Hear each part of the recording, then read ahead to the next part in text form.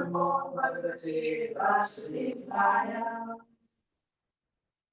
we are hearing from Śrīmad-Bhāgavatam, Canto 4, Chapter 30, Verse 24.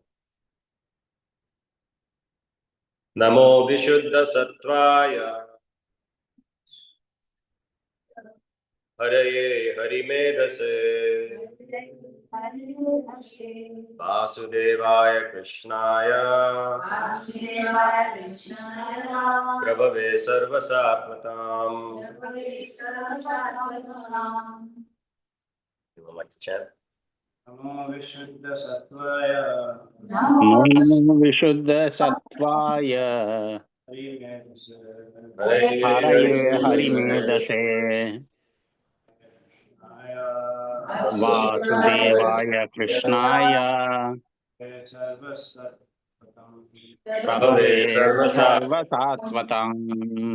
Namo Vishuddha Sattvaya Namo Vishuddha Sattvaya Haraye Harimedhase Vasudevaya Krishnaya Prabhave Sarvasatvatam. Namo Vishuddha Sattvaya Namo Vishuddha Sattvaya Haraye Harimedhase Vasudevaya Krishnaya Prabhave Sarvasatvatam. Namo Vishuddha Sattvaya Namo Vishuddha Sattvaya Haraye Harimedhase Vasudevaya Krishnaya Prabhave Sarvasatvatam. Word for word translation. Namaha. Namaha. Obeisances. Obeisances. Shuddha Sattvaya. Vishuddha Sattvaya. Unto you whose existence is free from all material influence. Unto you whose existence is free from all material influence. Haraye. Who takes away all miserable conditions of devotees. He who takes away all miserable conditions of devotees. Harimedhase. Brain works only for the deliverance of the conditioned soul. Whose brain works only for the deliverance of the conditioned soul. Vasudevaya. Vasudevaya. All-pervading Supreme Personality of Godhead. All-pervading Supreme Personality of Godhead. Krishnaya. Krishnaya. Krishna. Unto Krishna. Prabhave. Prabhave. Who increases the influence. Who increases the influence. Sarvasatvatam. Sarvasatvatam. All kinds of devotees. Translation. Dear Lord, we offer our respectful obeisances unto you because your existence is completely independent of all material influences. Your Lordship always takes away the devotees' miserable conditions, for your brain plans how to do so. You live everywhere as Paramatma, therefore you are known as Vasudeva. You also accept Vasudeva as your father, and you are celebrated by the name Krishna. You are so kind that you always increase the influence of all kinds of devotees. Please repeat. Dear Lord, Dear Lord, offer our respectful obeisances unto you. we offer our respectful obeisances unto you. Because your existence is completely independent. Because your existence is completely Of independent all material influences. of all material influences. Your Lordship always takes away Your Lordship always takes away these miserable conditions. the devotee's miserable conditions. Your brain plans how to do so. For your brain plans how to do so. You live everywhere as Paramatma. You live everywhere as Paramatma. Therefore, you are known as Vasudeva. Therefore, you are known as Vasudeva. You also accept Vasudeva as your father. You also accept Vasudeva as your father. And you are celebrated by the name Krishna. And you are celebrated by the name Krishna. You are so kind that You are so kind that always increase the influence of all kinds of devotees. you always increase the influence of all kinds of devotees. Purport by His Divine Grace, A.C. Bhaktivedanta Swami Srila Prabhupada. Srila Prabhupada ki. In the previous verse, it has been said, Grihita Maya Guna Vigrahaya, that the Lord accepts three kinds of bodies, Vishnu, Brahma, and Shiva, for the purposes of creating, maintaining, and annihilating the cosmic manifestation. The three predominating deities of the material universe, Brahma, Vishnu, and Shiva, are called Guna avatars. There are many kinds of incarnations of the Supreme Personality of Godhead, and the first incarnations within this material world are Brahma, Vishnu, and Maheshwara, Shiva. Out of these three, Lord Brahma and Lord Shiva accept material bodies, but Lord Vishnu does not accept a material body. Lord Vishnu is therefore known as Vishuddha Sattva. His existence is completely free from the contamination of the material modes of nature. One should therefore not think that Lord Vishnu is in the same category with Lord Brahma and Shiva. The Shastras forbid us to think in this way. Yastu Narayanam Devam Brahmarudradi Devate Samatvenaiva Viksheta Sapashandi Bhavedruvam. One who considers Lord Vishnu to be in the same category with the Devas, like Lord Brahma or Lord Shiva, or who thinks Lord Brahma and Shiva to be equal to Lord Vishnu, is to be considered as Pashandi, a faithless non-believer. Therefore, in this verse, Lord Vishnu is distinguished in the words Namo Vishuddha Sattvaya. Although a living entity like us, Lord Brahma is exalted due to his pious activities. Therefore, he is given the high position of Brahma. Lord Shiva is not actually like a living entity, but he is not the Supreme Personality of Godhead. His position is somewhere between Vishnu, the Supreme Personality of Godhead, and Brahma, the living entity. Lord Shiva is therefore explained in the Brahma Samhita 545 in this way. Kshiram yatada divikara vishesha yoga sanjayate nahitata pitavasti heto yasambutam apitata samupaiti karyat govindamadi purusham tamaham bhajami. Lord Shiva is considered to be like yogurt, dadi. Yogurt is nothing but transformed milk. Nonetheless, yogurt cannot be accepted as milk. Similarly, Lord Shiva holds almost all the powers of Lord Vishnu, and he is also above the qualities of the living entity, but he is not exactly like Vishnu. Just as yogurt, although transformed milk, is not exactly like milk. The Supreme Personality of Godhead is also described herein as Vasudevaya Krishnaya. Krishna is the original Supreme Personality of Godhead, and all Vishnu expansions are his plenary portions or portions of his plenary portions, known as Svamsa and Kala. The Svamsa or direct expansion is also called Amsa. All Vishnu Tattvas are Svamsa, direct parts and parcels of the Supreme Personality of Godhead, Krishna. Krishna is known as Vasudeva because he appeared in this material world as the son of Vasudeva. Similarly, he is known as Devaki Nandana, Yashodanandana, Nandanandana, and so on. Again and again, the Lord is very much interested in increasing the influence of his devotees. Therefore, he is described herein as Prabhave Sarva Sattvatam. The Sattvata community is a community of Vaishnavas, pure devotees of the Lord. The Supreme Personality of Godhead has unlimited powers, and he wants to see that his devotees are also entrusted with unlimited powers. Therefore, a devotee of the Lord is always distinguished from all other living entities. The word Hari means one who takes away all miserable conditions. And Harimedase means that the Lord is always planning ways to deliver the conditioned soul from the clutches of Maya. The Lord is so kind that he personally incarnates to deliver the conditioned souls, and whenever he comes, he makes his plans. Paritranaya sadhunam vinashaya chadustutam dharma samstarpanathaya sambhavami yuge yuge. To deliver the pious and to annihilate the miscreants, as well as to re-establish the principles of religion, I myself appear millennium after millennium. Bhagavad Gita chapter 4 verse 8. Since the Lord delivers all conditioned souls from the clutches of Maya, he is known as Harimedas. In the list of incarnations, Krishna is described as the supreme and original personality of Godhead. Etetam sakala pumsa krishnastu bhagavan swayam indrari vyakulam lokam hridayanti yuge yuge. Krishna, the original, this is Śrīmad-Bhāgavatam, Canto 1, verse 3, chapter 28. Krishna, the original personality of Godhead, appears in this material world when the demigods, who are devotees of the Lord, are disturbed by the demons. Srila Prabhupada ki jai.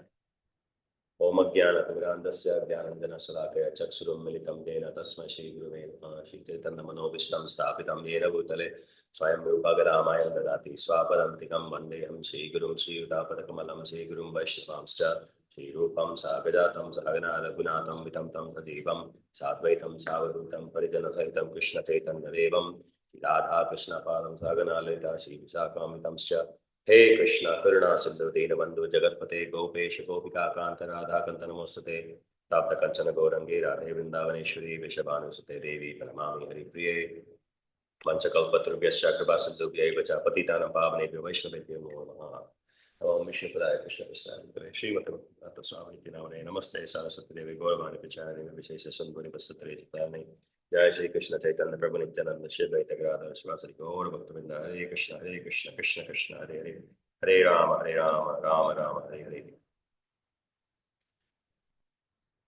It's quite a long purport, so the translation again.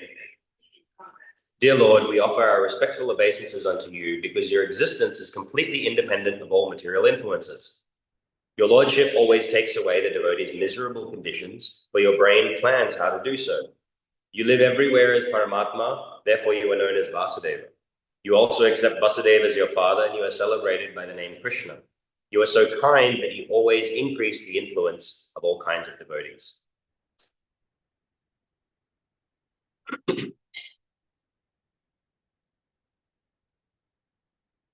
For a quick recap of the Pracheta's journey so far, we've had the instruction, the mandate from their father to perform their varnashram duty and get kids and continue the dynasty and rule and so on. So on one hand, that is their duty according to varnashram dharma, and they should follow that. But on the other hand, our material responsibilities must be subordinate to our spiritual purification. So our spiritual progress takes precedence over any other material responsibility that we have. So this is why, as Gaudiya Vaishnavas,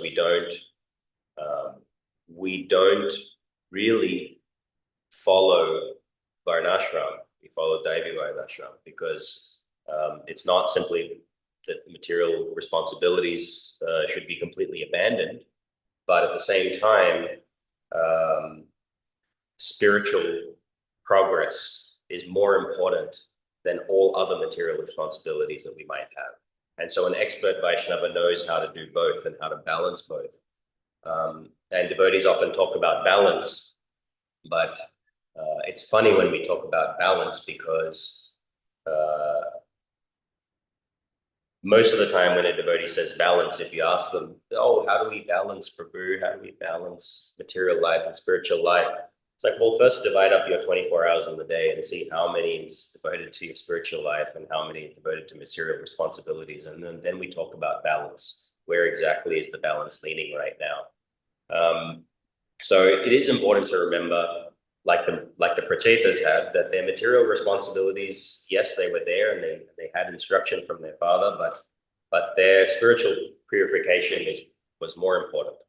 So they then go on this journey and they're very fortunate to encounter Lord Shiva.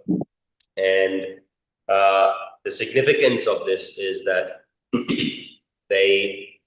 by meeting Lord Shiva, they get sadhu sangha, which is extremely important in our spiritual progress. They also get guru, which is essential for our spiritual progress, and they are connected to the parampara through having Lord Shiva instructing them. And so this gives them access through sadhu sangha, guru, and parampara, that then gives them access to Krishna, to the Supreme Lord. Because the Supreme Lord's accessible only through his devotees. And so then they hear from Lord Shiva the Rudra Gita, and after that they go and perform austerities under the water for 10,000 years. And so they're performing some tapasya or some sadhana. So now they're performing basically like some sadhana where they are meditating on this Rudra Gita, the instructions of Lord Shiva, and chanting Rudra Gita. And so now they are following some sadhana that has been given to them, directed by authorized person, by an authorized guru.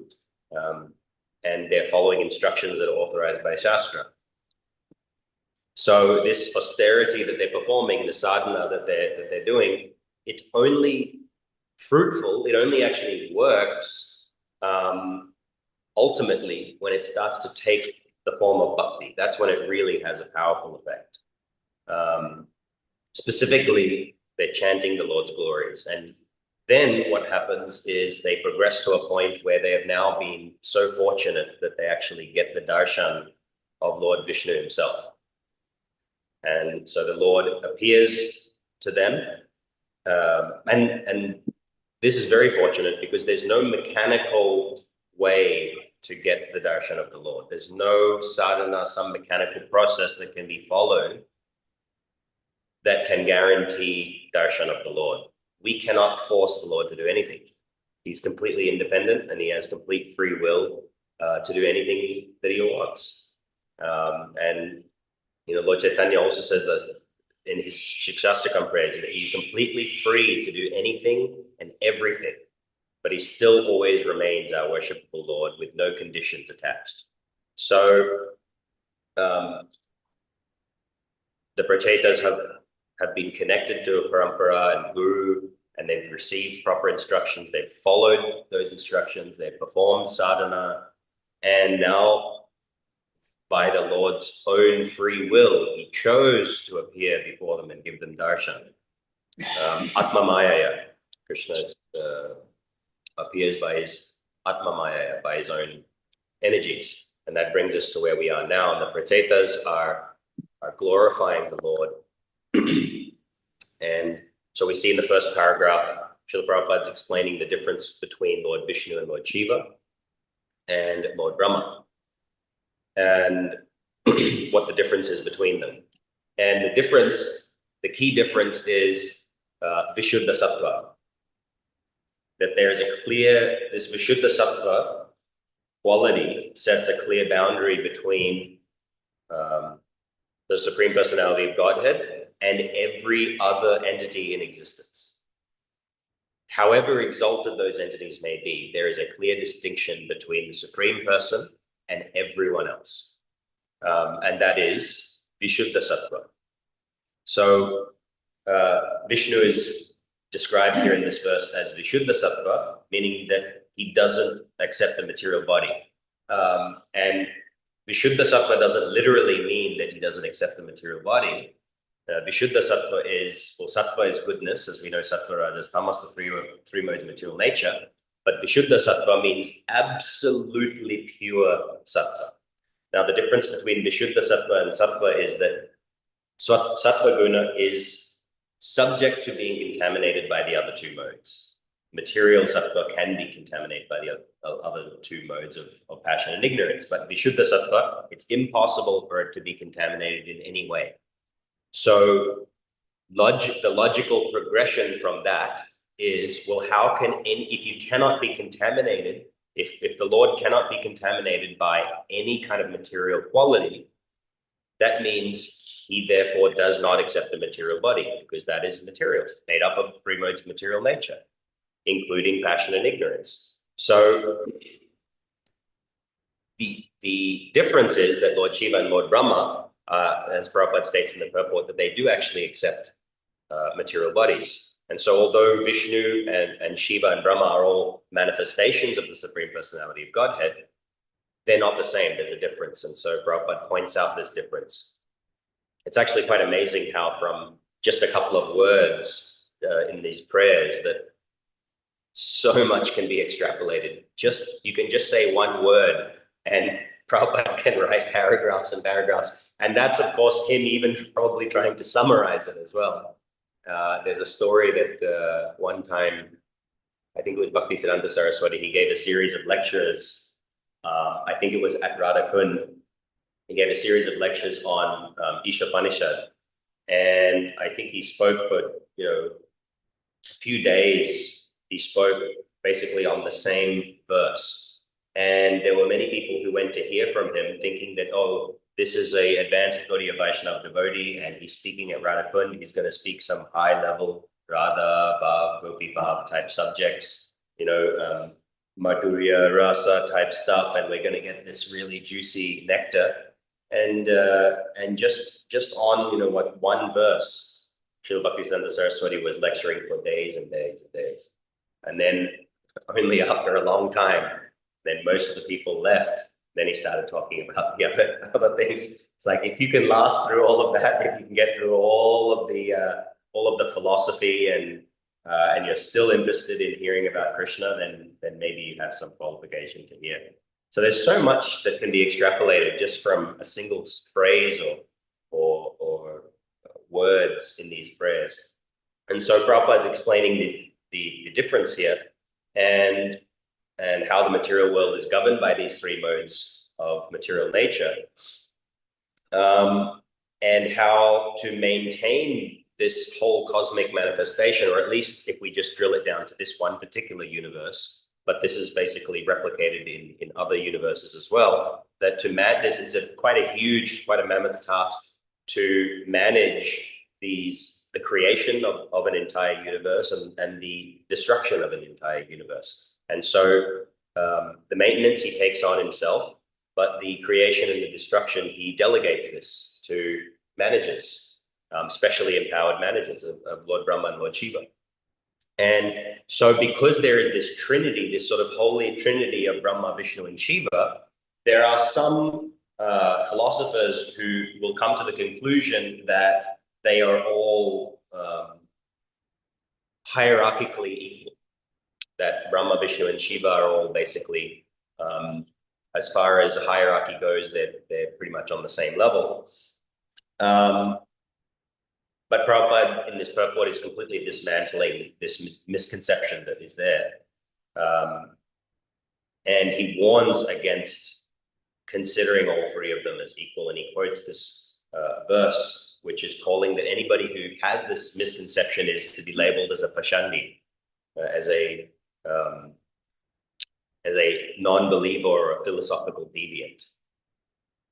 And he quotes the verse that he quoted, Yastu Narayanam Devam, is a verse from Padma Purana, which is also quoted in Chaitanya Charitamrita and also in Hari Bhakti Vilas. So anyone who's considering Lord Narayan, Lord Vishnu to be on the equal level, they're classified as a Pashandi. And the root of this distinction, like why is it that there is actually a difference between them? It lies in the nature of their forms and their vigraha, and that these personalities accept. And Vishuddha Sattva, being the quality unique to Lord Vishnu, means that he's not accepting material body, whereas the others are. And then we have these different tattvas or different philosophical truths about this holy trinity of Brahma, Vishnu, and Shiva. So Lord Brahma is representing Jiva Tattva. So Lord Brahma is a Jiva. He's a living entity, basically just like us, but a very highly advanced living entity. And so Lord Brahma is executing this task of creation.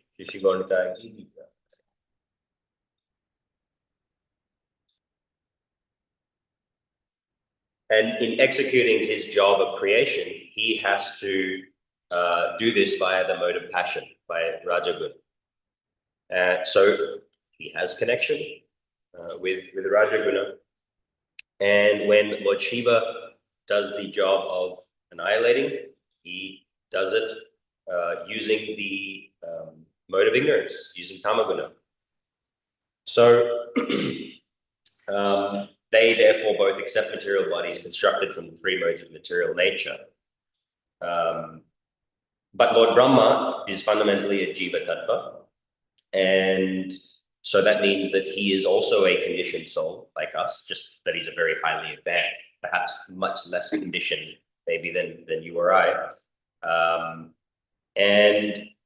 But he's been elevated through his own spiritual progress. He's been elevated to the highest administrative position that is available in the whole universe. But he's still subject to the influences of material nature. He's still subject to time, even though Lord Brahma's time moves much slower than our time.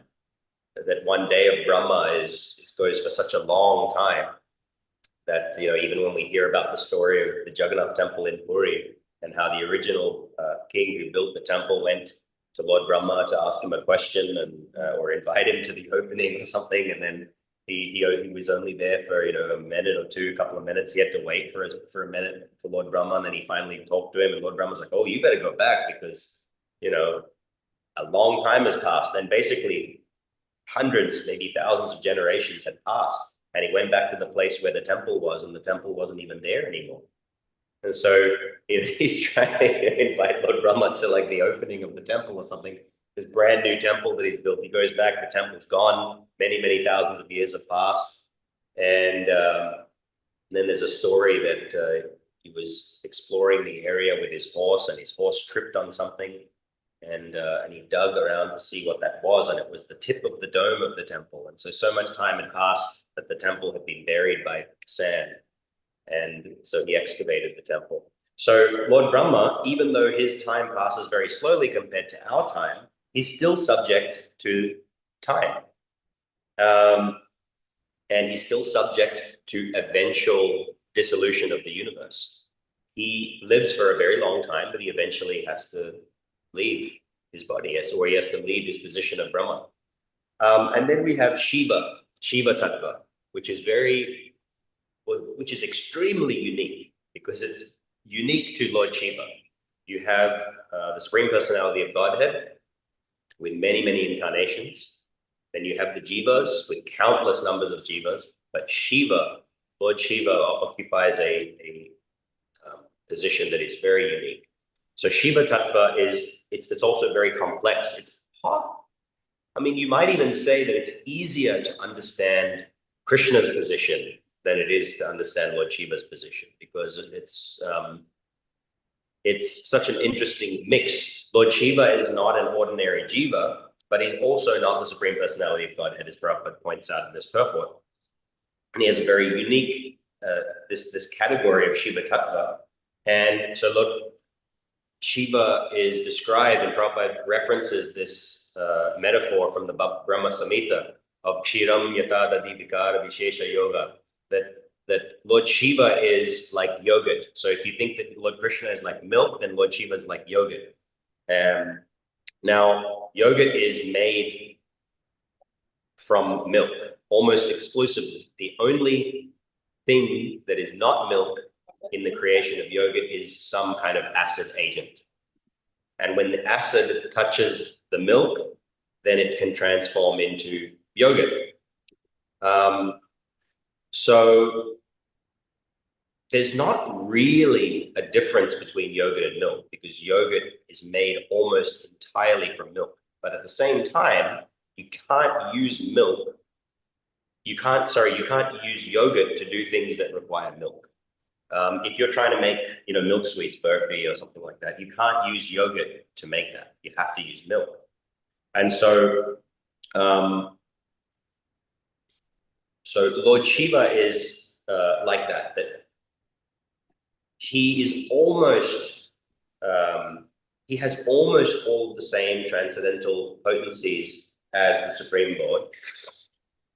But because he comes in contact with the mode of ignorance, with tamaguna, specifically for the purpose of performing his seva, to facilitate cosmic destruction, because of that, his existence is transformed from the original divine substance of milk, and it becomes like yogurt. So Lord Shiva is still infinitely superior to the jivas. But he's also distinct from the Supreme Personality of Godhead.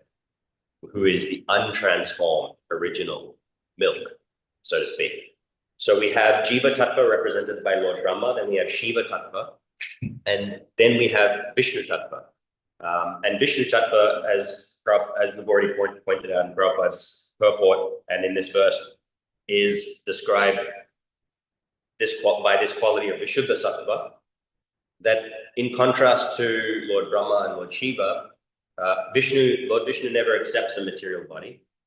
And even though Lord Vishnu will function within the material universe, so we have Karana Dakshay Vishnu, Shira Dakshay Vishnu, we have the Lord resting on Anantashesha, the causal ocean. We have the Lord sitting in every living entity's heart as the Paramatma. We also have the Lord situated within every single atom of the entire creation. So the Lord is certainly here within the material universe.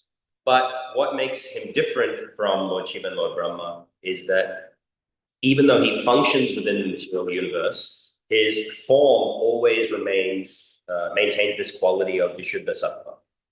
Never being contaminated by Rajaguna, Tamaguna, or even the standard Sattva Guna of the material world. But rather his body, his vigraha is always made up of Satchidananda, as Lord Brahma recites in the Brahma Samhita, in the very first Ishvara Parama Krishna, Satchidananda Vigraha. So now when the Pratetas are addressing the Lord as Vishuddha Sattvaya in the verse, they're declaring it that we recognize, actually. So this is where so much can be extrapolated, that they're saying by saying Vishuddha Sattvaya, they're recognizing that while Vishnu appears to be interacting with the material world as a guna avatar, so Brahma, Vishnu, and Shiva, the three guna avatars, he remains always completely immune to the influence of the material world. And so that one of the meanings of this is that when the Lord performs any activity in the material world, he's never driven by any type of material necessity. Whatever action he does is not driven by material necessity or driven by karma or karmic consequences.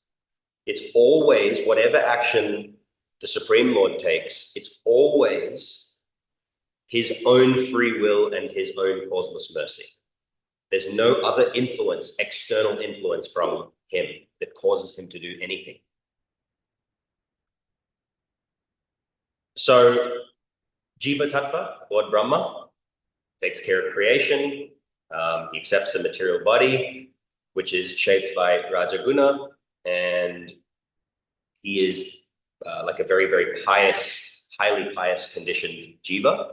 And then you have Shiva Tattva, Lord Shiva, takes care of annihilation. He accepts a material body influenced by Tamaguna, and he is a transformed manifestation of the Supreme Lord. And then we have Vishnu Tattva, Lord Vishnu, who looks after the maintenance of the material world, and he never accepts a material body, and he transcends all of the material gunas and is described as Vishuddha Sattva, or also described as milk, as pure milk, compared to the Shiva Tattva of yoga. And then we have the Pratetas glorifying Krishna as, or glorifying the Lord as Vasudeva and Krishna, the original, establishing Krishna specifically as the original Supreme Personality of Godhead. So here, once again, in the Śrīmad-Bhāgavatam, we're hearing how Lord Krishna is established at above all other incarnations as the supreme origin of all incarnations and the material existence and everything. So by describing Krishna as Vasudeva and Krishna in this verse, the Pratetas are showing that, yes, there are all of these Vishnu expansions, so many unlimited Vishnu expansions that govern both the material and the spiritual worlds, but all of them are portions or portions of Krishna, so Svamsa or Kalav. Just like in Śrīmad-Bhāgavatam earlier in Canto 1, we hear about Ete Chamsa Kalapam Sa Krishnastu Bhagavan Swayam. So once again, in Canto 4. In this verse, the Pratetas are again emphasizing Lord Krishna specifically as the original source. And then Prabhupada gives two definitions of Vasudeva. Can anybody remember what the two definitions were of Vasudeva?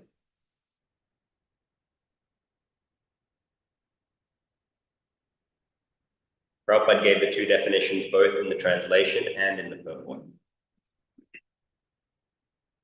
Well, just don't worry so much about what definition Prabhupada might have given here. What does it mean? What does Vasudeva mean? Yeah, so that's one of the definitions that Prabhupada gave, that celebrating the pastime of Krishna appearing as the son of Vasudeva. Because again, we hear in this verse about how the Lord is always trying to give his devotees more influence, more power, more prominence. And so there's so many names of Lord Krishna that are associated with his devotees. And actually Krishna really loves being referred to by names that associate him with devotees. And that's why in many prayers of Gaudiya Vaishnavas, and we hear, I mean, even in the Jai Radha Madhava Kunja Bihari prayers, we don't hear necessarily Krishna's name. We're hearing names of Gopi Jana Vallabhaya. We're hearing, names of Krishna associated with the Vraja Jana, with the gopis, with the people of Vraj. So Krishna loves to be referred by names that associate him with his devotees, because he loves his devotees more than anything. And so so the Pratetas are glorifying Krishna by associating him with his devotee Vasudeva. And then the other definition. So the other definition Prabhupada gave is that Vasudeva means the all-pervading supersoul, Vasudeva, Paramatma. So one who resides everywhere. And so Krishna is residing everywhere in the heart of all living entities, as Paramatma, but also within every atom of the whole creation. And Krishna says this in the Bhagavad Gita as well. He explains how Sutre Maniganaiva, that the whole material creation is actually resting on him, just like pearls are strung on a thread. So Krishna is actually pervading the entire creation. And this is quite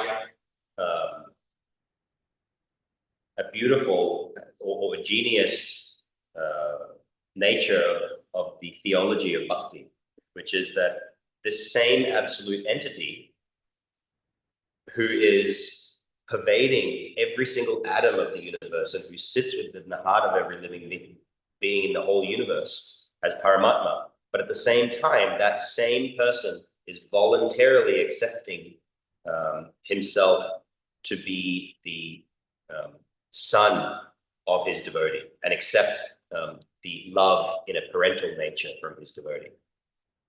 So somebody that powerful, who's in every single atom, at the same time likes to take that subordinate position of being the son of his devotee. So it's quite beautiful how, and it helps us to understand that Krishna is actually a person. Yes, he has more power than we can possibly understand, but he's also a real person. He loves his devotees. He loves to love. He loves to experience relationships with his devotees. And so just because he has so much power doesn't exclude him from the possibility of having a relationship like we have relationships.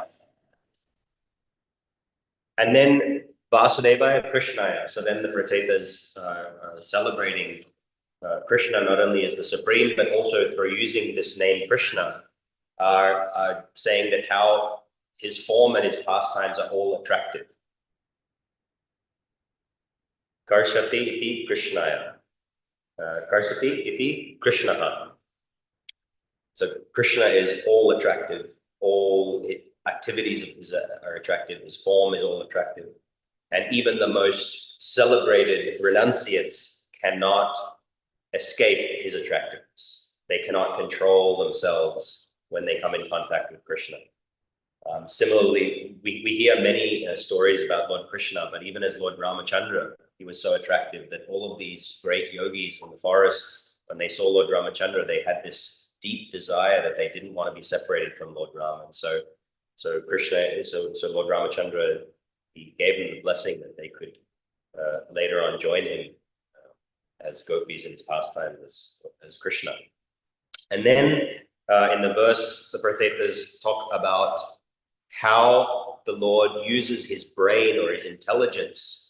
And it's very interesting to think that the Supreme Person whose vigraha, whose form is Satchidananda, that how could they have a brain?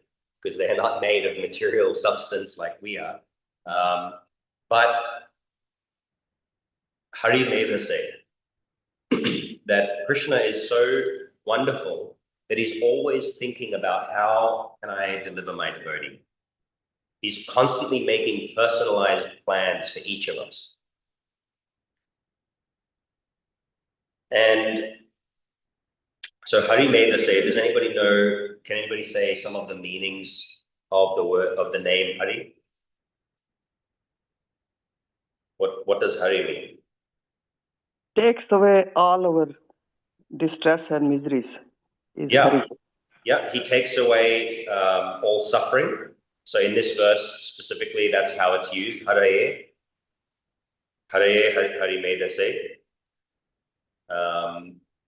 Any others? So one meaning of Hari is that he cuts attachment. So this name of Hari is very important for people, for any devotees trying to progress in their spiritual life. That and even in kirtans, we're always chanting Hari Bol, right? So Hari is one who cuts attachment. So we want to cut our material attachments. But we also are chanting Hare Krishna. Krishna is all attachment, all attractive. So we want to, Hari, please help us cut all of our material attachments. And then in the Maha Mantra, when we chant Krishna's name, we're saying, you are all attractive, and we want to be only attractive exclusively to you and no other attachments. So Hari also means one who takes away absolutely everything, not just suffering, but everything. In Bhagavad Gita, Mrityu Sarva Haraschaham, that Mrityu takes away death, Sarva Haras, and every other thing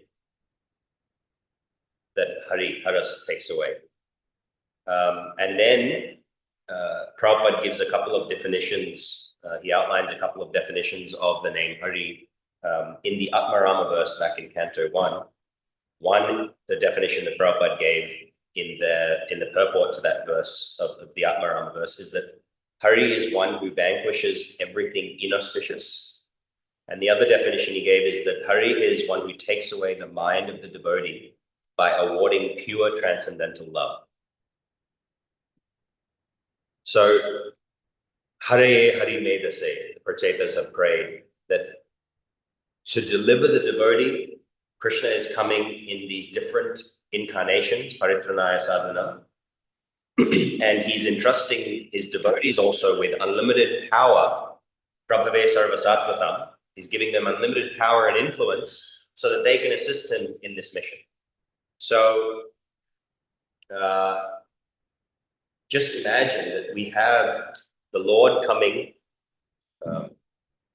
Paritranaya Sadhanam Vinachayata Duskritam Dharma Samsthapanam. Sambhavami Yuge Yuge. Again, Yuga after Yuga, the Lord is coming in his different incarnations to take care of the devotees, but also to take care of the non-devotees. But the Lord doesn't have to always do it in every circumstance himself. He empowers other living beings to come and help us. He empowers human beings to come and help us. And so we see that in one sense, the Lord doesn't really need to come himself because the nature of the material world is that everything is temporary. So these demons, just like everybody else, will eventually die on their own.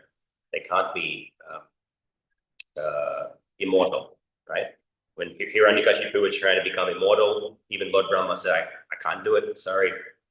Even I don't have it, I can't give you something that I don't have. And so eventually every single demon will be killed through the influence of time.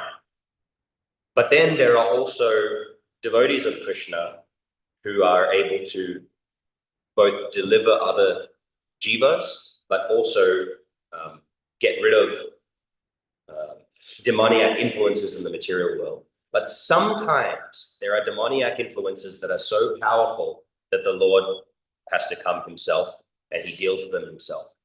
Right, Lord, like Kamsa, Ravana, Hiranyakashipu.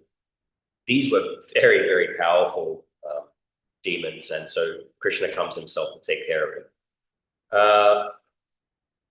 So Prabhave Sarvasatvatam, that the Lord is increasing, the Pratetas are saying that the Lord is increasing the power and the influence of his devotees. He's always thinking about how to do this. So does anybody, can anyone give me some examples of where this has happened? Some devotees who have received a lot of power and influence. There's lots, basically every example. But any particular ones that stick out? So, other than the demons?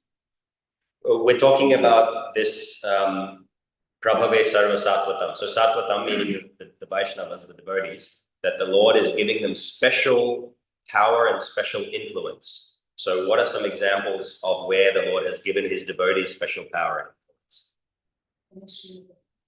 Sorry?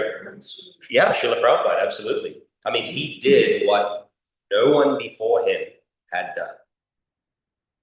No one in the whole parampara had done what he'd done, which makes it very clear that Krishna has given him some special influence to be able to do this. Yeah. Sorry? Dhruva Maharaj? Yeah, in what way? In the sense that he was given like his own sort of position after he got darshan of the Lord, and he realized what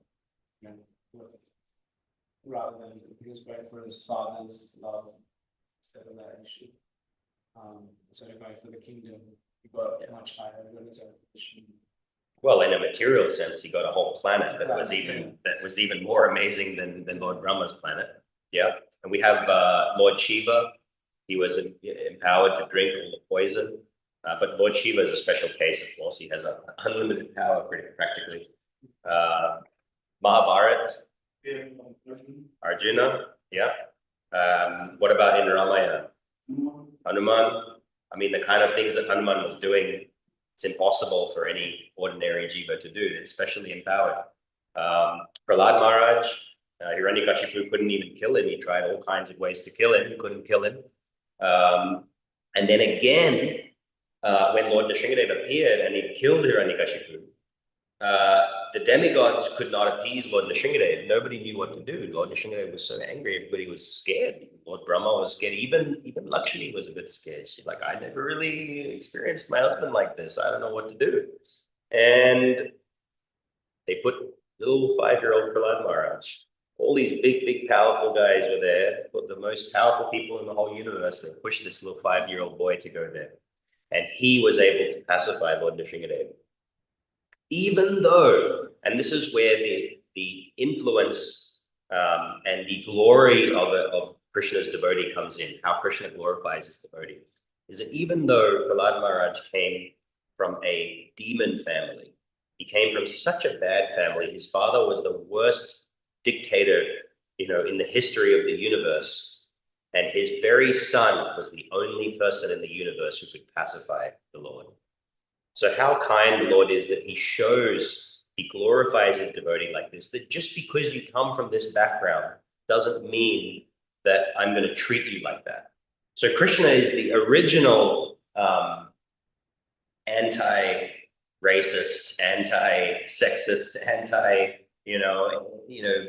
bigot, because someone who came from anyone else's, from a material perspective, he came from such a bad background. He came from a terrorism background. His father was the biggest terrorist. Imagine Osama bin Laden's kid or whatever, I mean, like, I think they've gotten some asylum or something, but imagine not only they get asylum, but they get glorified as the greatest person. So Krishna is showing that a devotee should not be judged by some material qualification. No matter who you are and what background you come from. And this is the mood in which Srila Prabhupada took Krishna consciousness around the world. That he was allowing females to do seva, which traditionally would not be allowed in a traditional Indian context, for example. And he showed that bhakti is accessible to everyone. He gave Brahmin initiation he turned malechas into Brahmanas. People who, if you look from a fairly literal Vedic kind of perspective, you're talking about white people, malechas, black people, these chandalas, bad, blah, blah, blah. It's basically like a bunch of racism. And Prabhupada destroyed all of that. And he showed that actually none of that matters. It's all material designations that are not important.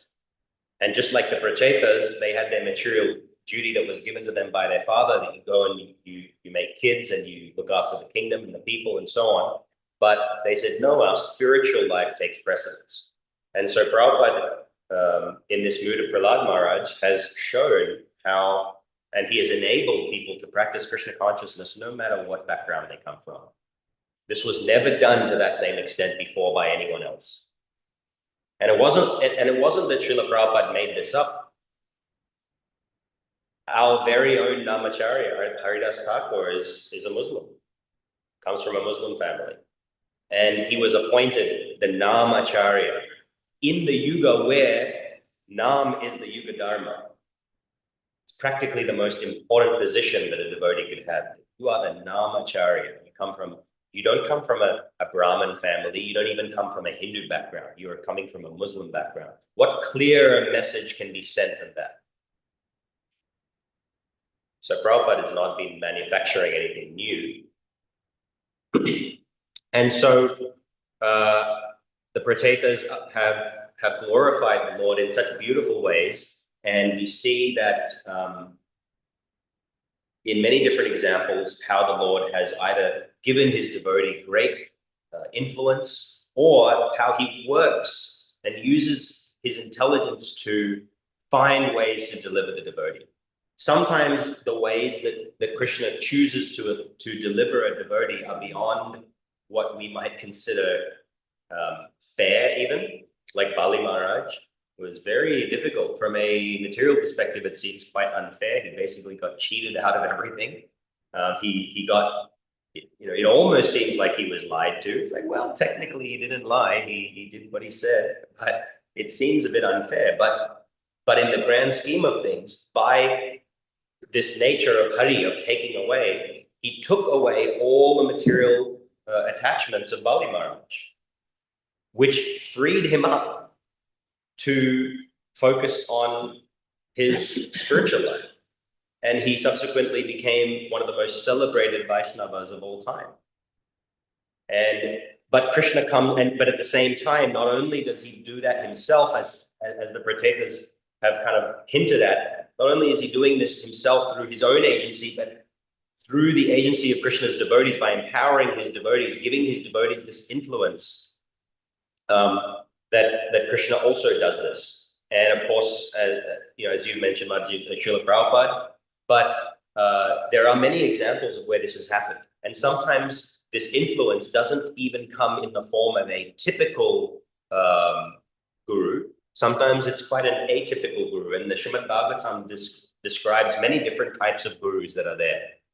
There's the wasp, there's the wind, there's the snake, so many different gurus, right? And then for example, we hear in the how we can learn lessons from all of these different places. And therefore, we can consider everything basically like guru. We're connecting it to Krishna and connecting it to how we can progress, how we can take a lesson from something and use it to progress in our Krishna consciousness. And if you're not sure whether that lesson is legitimate or not, the number one principal rule for all devotees that supersedes all other rules, which is given by Rupa Goswami in Bhakti Rasamrita Sindhu, is you accept what is favorable to your Krishna consciousness, whatever helps you remember Krishna. So always remember Krishna, never forget Krishna. That's the number one rule. Always remember Krishna, never forget Krishna. Every other rule is subservient to that rule. So whenever you're trying to understand what is Krishna trying to tell me here, what lesson should I be learning, as long as you can relate it back to this rule of always remember Krishna, never forget Krishna, then you're on the right track. And if you analyze the sadhana practices that we do and that Srila Prabhupada has established, everything is about this. Everything is about remembering Krishna. And there are these different, and it's always remember Krishna and never forget Krishna. It's basically the same thing, but it's airtight. By giving both the positive and the negative, it becomes airtight. So it's called in Sanskrit, you have Swarupa Lakshana and Tatastha Lakshana. So when there is an instruction or a rule, you have the Swarupa, its original form that the rule takes. So the direct thing, always remember Krishna, that's the rule. And then the Tatastha Lakshana, the marginal kind of aspect of that, which is, just like every coin has two sides. So always remember Krishna, but just in case that's not clear enough, never forget Krishna. So it's airtight. So one example of how Krishna influences his devotees through human agency, and not necessarily always through your typical guru system of, Gaudiya Vaishnava Parampara or so on, is with Bilvamangal Thakur, when he was going to this prostitute, and he learned valuable lessons from a prostitute, which set him on the path to becoming a very highly celebrated pure devotee. So this is how Krishna is always using Hare Hare may they say, always using his intelligence to figure out, how do I take away the miseries of these devotees, and not just the devotees, the jivas, because on an Uttama Adhikari platform, everyone is actually Krishna's devotee. When you see, if an Uttama Adhikari is looking at everyone, he doesn't actually look at these differences. He sees that everyone is a great Vaishnava. And so Krishna is always trying to figure out how to remove the miseries of the devotees, but also how to give his devotees great influence. And that's why in so many instances, he puts his devotee before himself. And in the Bhagavad Gita, he's also telling Arjuna, you declare it boldly. I might say it, sure, but you declare it. I want you to have the credit for this. And in the war, what is it, chapter 11, the universal form, Krishna shows that he's already destroyed the whole army, right? Arjuna saw this. Maybe not everybody else saw it, but Arjuna saw it. But what did the rest of the world see? The rest of the world saw that Arjuna and the Pandavas destroyed the army. So they got the credit, they got the glory. Krishna's always giving the glory. So yeah, beautiful prayers by the Pratetas. And I'd love to hear any comments or realizations that you all had.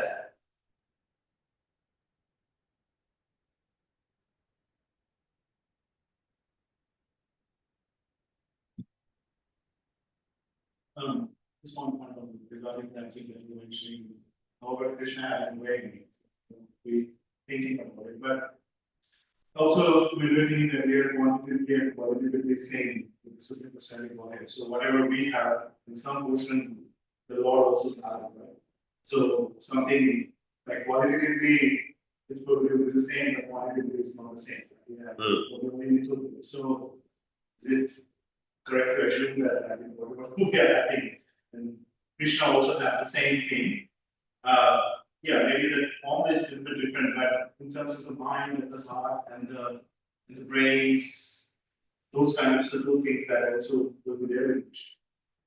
Yeah, well, I mean, I guess there are a couple of ways that you could look at it. One way is that, yes, everything that we experience also exists within Krishna, but in the material world, one way of looking at it is that in the material world, that is a perverted reflection, whereas in the spiritual world, it's much more blissful. Just like in the material world, lust is, maybe not such a nice thing. It doesn't always have nice results. there are problems that arise, there are physical diseases that arise, there are relationship issues that arise. There's the end of the relationship because of the temporary nature of the material world and so on. But lust in the spiritual world is the most beautiful, wonderful thing because it's all directed in service of Krishna and not a selfish motivation. So that's one way of looking at it, that it's a perverted reflection of the spiritual world. So yes, it all does exist in one way. But then you might say, yeah, but I mean, that's still different, right? It's not exactly the same. You're talking about a material quality versus a spiritual quality. So another way of looking at it is the philosophy of Achintya Bheda Bheda Tattva, which is, yes, as Gaudiya Vaishnavas, we emphasize the difference aspect, that Krishna and us are different. We are not Krishna. But at the same time, although we are not Krishna, Krishna is us. Krishna is everything. So everything that exists is within Krishna.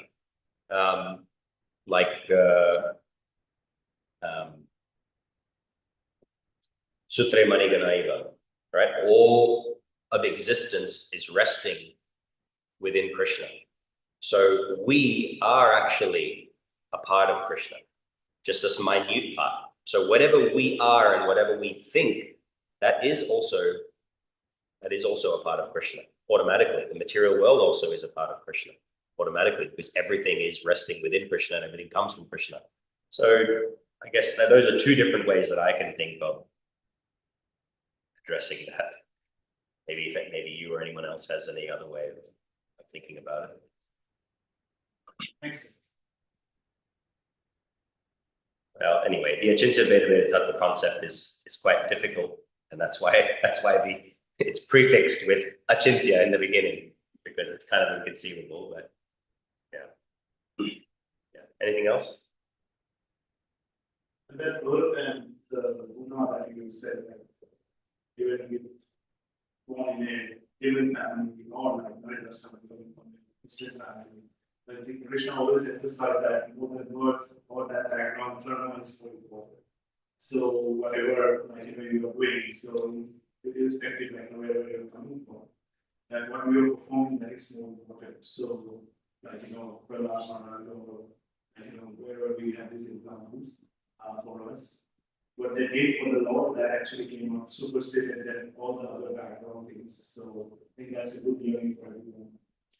Yeah, and because devotees should only be concerned with spiritual, with anything related to Krishna, because devotees, Vaishnavas, shouldn't be so concerned with material nature, we therefore should not be concerned pretty much at all with material designations. We shouldn't be concerned with, oh, you come from here, or I'm a Gujarati, you're a South Indian, I'm from a Brahmin family, you're not from a Brahmin family, therefore I'm higher than you. You're male, I'm female, therefore you're higher than me. All of these kind of things are material designations. And so from a Vaishnava perspective, that it doesn't really have any place for us. But because we all still are conditioned and we live in the material world, we still get some influence. We still are influenced by the modes of material nature and by our material conditioning. So even amongst devotees, sometimes we have these issues. But whenever they arise and whenever we get a chance to pause and reflect, we should try and remember that actually these things are not, they don't have any importance. We should get rid of any kind of prejudice based on material designations. So then pause and reflect. Should it be done advisable by ourselves or in some of the guidance of with someone to have that? Because sometimes what happens that we pause and reflect, if a mental concoction comes up, as we saw that in some examples, that we think that whatever I'm thinking is the right thing. That is could be in a space of that where I'm more comfortable, there's fear. Rather than if it is under guidance, then someone can guide us and maybe say, no, that is not the right thing, you should go on that side. So that pause and reflect should be done under someone's guidance, or you think someone who can done it by themselves also is okay. Both. There is a place for Chaitya Guru, So within the heart, Paramatma, is guiding us, but we have to listen very carefully. And listening carefully, that requires introspection. So introspection means that I may have an opinion, but being introspective means, okay, well, I have this opinion, but what might be influencing that opinion? What conditioning do I have that is causing me to have that opinion? Or do I have some kind of prejudice, or do I have some other kind of motivation? Do I want people to see me as an important person? Or that's why I'm like, no, we have to do it my way, or it's my way or the highway kind of thing. And so it's very, very important to maintain constant vigilant introspection. But what are my motivations? Are there material motivations to my opinions? So Chaitya Guru is an important element there, but it's not generally, for most people, it's not enough just to rely on Chaitya Guru alone, because we are too conditioned to understand the difference between when it's Chaitya Guru and when it's just our own material condition. And that's why we need some external guidance of Guru, Sadhu, Shastra. And if we can get guidance from Guru, Sadhu, Shastra, then that should, in most cases, clarify the matter. And if it does not clarify the matter, and we've received clear instruction from Guru, Sadhu, and Shastra, then that simply means that we are not willing to accept that, we're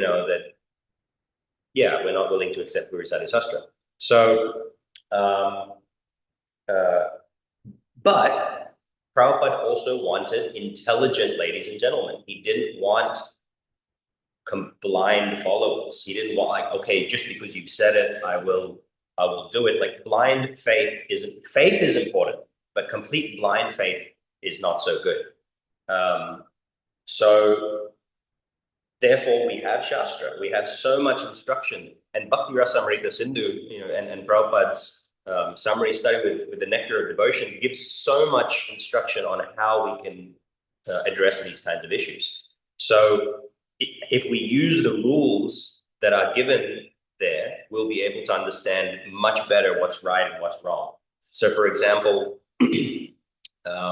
accept what's favorable to Krishna consciousness or to our devotional service, and reject what's unfavorable to our devotional service. So if you have an opinion and somebody else has a different opinion, and you're both devotees and you're both trying to figure out which one is the right one, it's like, okay, well, which one?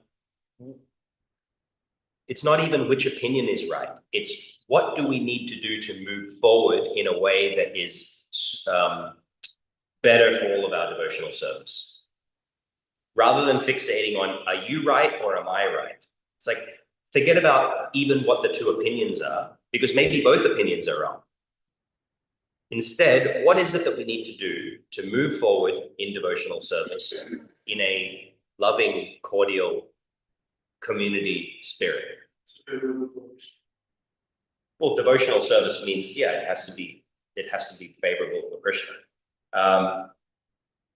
Well, otherwise, by definition, it cannot be devotional service. How can you perform something with pure devotion if you're doing something knowingly that is not going to please the person who you're doing that thing for? So by definition, devotional service means that it has to be pleasing to the person that you're serving. So rather than thinking so much about this opinion is right or that opinion is right, how do we move forward in devotional service in the most conducive way? So usually that can help. But if it doesn't help, then you need Guru, Sadhu, Shastra to come in and kind of set things straight.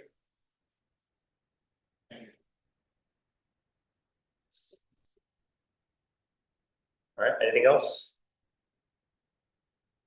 All right, thank you very much, everybody. Sorry we went a few minutes over time. Grantaraj Śrīmad-Bhāgavatam ki jai, Srila Prabhupada ki jai, Shri Gaur Bhakta Vrinda ki jai. His grace